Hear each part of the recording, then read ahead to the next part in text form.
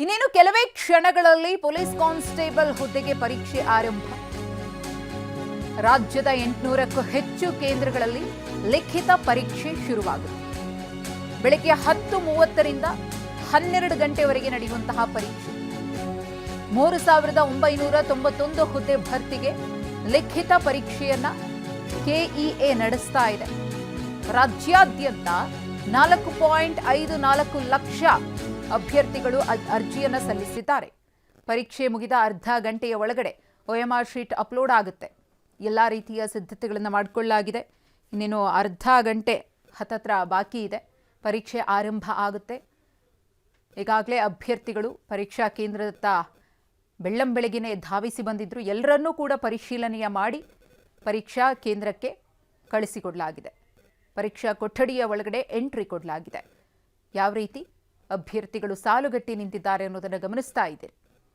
Police ಬಿಗಿ ಭದ್ರತೆಯನ್ನು ಕಲ್ಪಿಸಲಾಗಿದೆ. ಪರೀಕ್ಷಾ ಕೇಂದ್ರದ ಸುತ್ತಮುತ್ತ 800ಕ್ಕೂ ಅಧಿಕ ಕೇಂದ್ರಗಳಲ್ಲಿ ನಡೀತಾ ಇರುವಂತಹ ಪರೀಕ್ಷೆ.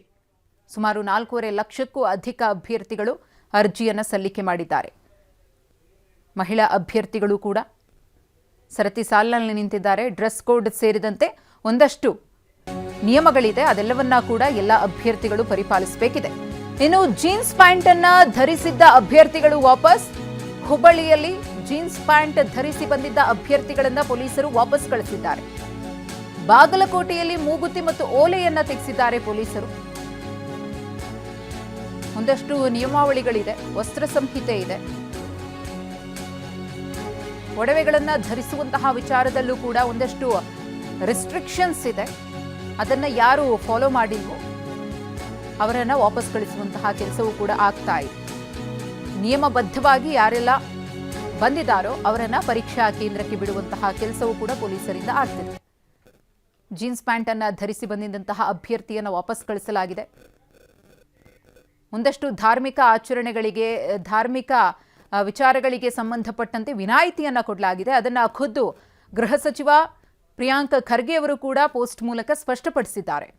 ಇಲ್ಲಿ ಕಿವಿ ಓಲೆಯನ್ನು ತೆಗೆಸಲಾಗ್ತಾ ಇದೆ. ಒಂದು ಕಡೆ ಗಮನಿಸ್ತಾ ಇದ್ದೀರಿ, ಕಿವಿ ಓಲೆಗೆ ಪರ್ಮಿಷನ್ ಇಲ್ಲ, ಹಾಗಾಗಿ ಅದನ್ನು ತೆಗೆಸುವಂತಹ ಕಾರ್ಯ ಕೂಡ ಆಗಿದೆ. ಇನ್ನು ಮತ್ತೊಂದು ಕಡೆ ಜೀನ್ಸ್ ಪ್ಯಾಂಟನ್ನು ಅಭ್ಯರ್ಥಿಯೋರ್ವರು ಧರಿಸಿ ಬಂದಿದ್ರು, ಅವರನ್ನು ವಾಪಸ್ ಕಳಿಸಲಾಗಿದೆ.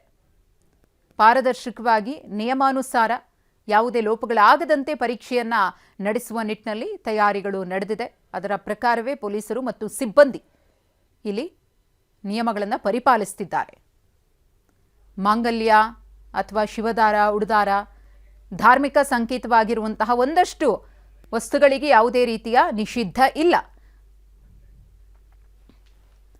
ನಮ್ಮ ಪ್ರತಿನಿಧಿ ಸಂಜಯ್ ಈ ಕುರಿತು ಮತ್ತಷ್ಟು ಮಾಹಿತಿಯನ್ನು ಕೊಡೋದಕ್ಕೆ ಹುಬ್ಬಳ್ಳಿಯಿಂದ ನಮ್ಮ ಜೊತೆಗೆ ನೇರ ಸಂಪರ್ಕದಲ್ಲಿದ್ದಾರೆ. ಸಂಜಯ್, ಗಮನಿಸ್ತಾ ಇದ್ದೀವಿ, ನೀನು ಕೆಲವೇ ಹೊತ್ತು ಮಾತ್ರ ಬಾಕಿ ಇದೆ ಪರೀಕ್ಷೆ ಆರಂಭ ಆಗೋದಕ್ಕೆ.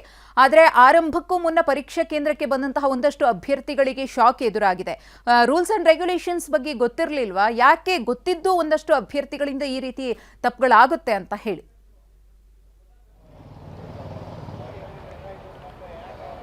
ನಿಜ ಮಧುಶ್ರೀ, ಅದರಲ್ಲೂ ಕೂಡ ರಾಜ್ಯದಲ್ಲಿ ಸರ್ಕಾರಿ ನೇಮಕಾತಿಗಳು ಆಗ್ತಾ ಇಲ್ಲ ಅಂತೇಳಿ ಧಾರವಾಡದಲ್ಲಿ ಕೆಲ ತಿಂಗಳ ಹಿಂದಷ್ಟೇ ಬೃಹತ್ ಪ್ರತಿಭಟನೆಗಳು ನಡೆದಿದ್ದು.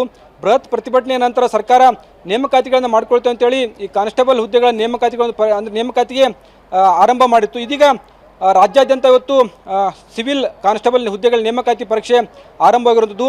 ಹುಬ್ಬಳ್ಳಿ ಧಾರವಾಡ ಅವಳಿ ನಗರದಲ್ಲಿ 31 ಕೇಂದ್ರಗಳಲ್ಲಿ ಇವತ್ತು ಪರೀಕ್ಷೆ ನಡೀತಾ ಇರುವಂಥದ್ದು. ಬರೋಬ್ಬರಿ 19,536 ಅಭ್ಯರ್ಥಿಗಳು ಇವತ್ತು ಪರೀಕ್ಷೆಯನ್ನು ಬರೀತಾ ಇರುವಂಥದ್ದು. ಇದೀಗ ನಾವು ಹುಬ್ಬಳ್ಳಿ ನಗರದ JJ ಕಾಮರ್ಸ್ ಕಾಲೇಜಿನ ಮುಂಭಾಗದಲ್ಲಿರುವಂಥದ್ದು.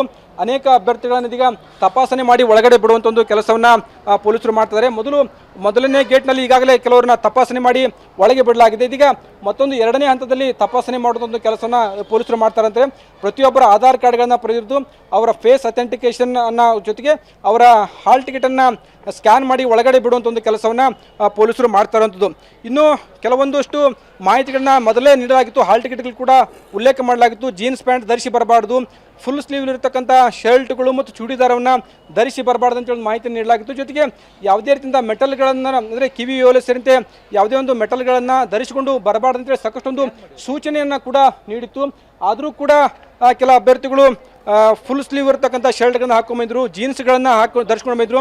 ಅಂಥವರೆಲ್ಲರೂ ಕೂಡ ವಾಪಸ್ ಕಳೆಯುವಂಥ ಒಂದು ಕೆಲಸವನ್ನು ಪೊಲೀಸರು ಮಾಡ್ತಾ ಇರುವಂಥದ್ದು. ಮಹಿಳೆಯರಿಗೆ ತಾಳಿ ಮತ್ತು ಕಾಲುಂಗುರ ಧರಿಸಿಕೊಂಡು ಬರಲಿಕ್ಕೆ ಅವಕಾಶವನ್ನು ನೀಡಲಾಗಿದೆ. ಅದನ್ನು ಹೊರತುಪಡಿಸಿದರೆ ಮೂಗುತಿ ಆಗಿರ್ಬೋದು, ಕಿವಿಯೋಲೆ ಆಗಿರ್ಬೋದು, ಬೇರೆ ಬೇರೆ ಏನು ಚಿನ್ನಾಭರಣಗಳನ್ನು ಯಾರೆಲ್ಲ ಧರಿಸ್ಕೊಂಡು ಬಂದರು ಅವರೆಲ್ಲರನ್ನು ಅವುಗಳನ್ನು ತೆಗೆಸುವಂಥ ಒಂದು ಕೆಲಸವನ್ನು ಪೊಲೀಸರು ಮಾಡಿರುವಂಥದ್ದು. ಯಾಕಂದರೆ ಈ ಹಿಂದೆ ರಾಜ್ಯದಲ್ಲಿ ನಡೆದಂಥ PSI ಪರೀಕ್ಷೆಯಲ್ಲಿ ದೊಡ್ಡ ಮಟ್ಟದಲ್ಲಿ ಅಕ್ರಮವಾಗಿತ್ತು.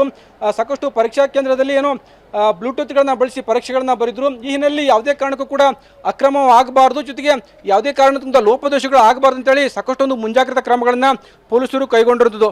ಜೊತೆಗೆ ಏನಂತಂದರೆ ಬಹುತೇಕ ಕಡೆ ಸಾಕಷ್ಟೊಂದು ಕಟ್ಟುನಿಟ್ಟಿನ ಕ್ರಮಗಳನ್ನು ಕೈಗೊಂಡಿರುತ್ತದೆ. ಪ್ರತಿಯೊಂದು ಕಡೆ ಸಾಕಷ್ಟೊಂದು ಪೊಲೀಸರು ತಪಾಸಣೆ ಮಾಡಿ ಒಳಗಡೆ ಬಿಡುವಂಥ ಒಂದು ಕೆಲಸವನ್ನು ಮಾಡ್ತಾರಂಥದ್ದು. ಆದರೂ ಕೂಡ ಎಲ್ಲ ಮಾಹಿತಿ ಇದ್ರೂ ಕೂಡ ಕೆಲ ಅಭ್ಯರ್ಥಿಗಳು ಉದಾಸೀನತೆಯಿಂದ ಪರೀಕ್ಷಾ ಕೇಂದ್ರಕ್ಕೆ ಬಂದರು. ಪರೀಕ್ಷಾ ಕೇಂದ್ರಕ್ಕೆ ಬಂದಂಥವ್ರನ್ನ ಕೆಲವರು ಅನಿವಾರ್ಯವಾಗಿ ಮರಳಿ ಕಳಿಸುವಂಥ ಒಂದು ಕೆಲಸವನ್ನು ಪೊಲೀಸರು ಮಾಡಿದ್ರು. ಜೊತೆಗೆ ಇನ್ನೂ ಕೆಲವೊಬ್ಬರು ಸಮಯ ಇದ್ದಂಥ ಸಂದರ್ಭದಲ್ಲಿ ಜೀನ್ಸ್ ಪ್ಯಾಂಟ್ಗಳನ್ನು ಬದಲಾಗಿ ಬೇರೆ ಶಾಪ್ಗಳಿಗೆ ಹೋಗಿ ಟ್ರ್ಯಾಕ್ ಪ್ಯಾಂಟ್ಗಳನ್ನು ಧರಿಸಿಕೊಂಡು ಬಂದು ಪರೀಕ್ಷೆಗೆ ಹಾಜರಾಗುವಂಥ ಒಂದು ಕೆಲಸವನ್ನು ಕೂಡ ಅಭ್ಯರ್ಥಿಗಳು ಮಾಡ್ತಾ ಇರೋದು. ಕಟ್ಟುನಿಟ್ಟಿನ ಸೂಚನೆಗಳನ್ನು ಮೊದಲೇ ನೀಡಿದರೂ ಕೂಡ ಕೆಲ ಅಭ್ಯರ್ಥಿಗಳು ಪಾಲನೆ ಮಾಡಲ್ಲ. ಅಂತ ಪಾಲನೆ ಮಾಡಿದಂಥ ಅಭ್ಯರ್ಥಿಗಳನ್ನ ಹೊರಗೆ ಕಳಿಸುವಂಥ ಒಂದು ಕೆಲಸವನ್ನು ಪೊಲೀಸರು ಮಾಡ್ತಾ ಇರೋದು. ಜೊತೆಗೆ ಅಂತಂದರೆ ಯಾವುದೇ ಕಾರಣಕ್ಕೂ ಕೂಡ ಪರೀಕ್ಷಾ ಅಕ್ರಮಗಳು ಆಗಬಾರ್ದು, ಲೋಪದೋಷಗಳು ಆಗಬಾರ್ದು ಅಂತ ನಿಟ್ಟಿನಲ್ಲಿ ಸಾಕಷ್ಟೊಂದು ಕಟ್ಟುನಿಟ್ಟಿನ ಕ್ರಮಗಳನ್ನು ಹುಬ್ಬಳ್ಳಿ ಧಾರವಾಡದ ಪೊಲೀಸರು ಕೈಗೊಂಡಿರುವಂಥದ್ದು. ಮಧುಶ್ರೀ, ಧನ್ಯವಾದ ತಮ್ಮ ಮಾಹಿತಿಗಾಗಿ ಸಂಜಯ್. ಇನ್ನೇನು ಕೆಲವೇ ಹೊತ್ತಿನಲ್ಲಿ ಪರೀಕ್ಷೆ ಆರಂಭ ಆಗುತ್ತೆ. ಎಲ್ಲ ರೀತಿಯ ಅಂತಿಮ ಹಂತದ ತಯಾರಿಗಳು ಮತ್ತು ಅಭ್ಯರ್ಥಿಗಳನ್ನು ಪೊಲೀಸರು ಮತ್ತು ಸಿಬ್ಬಂದಿ ಪರಿಶೀಲಿಸಿ ಒಳಗಡೆ ಬಿಡ್ತಾ ಇರುವಂತಹ ಚಿತ್ರಣ.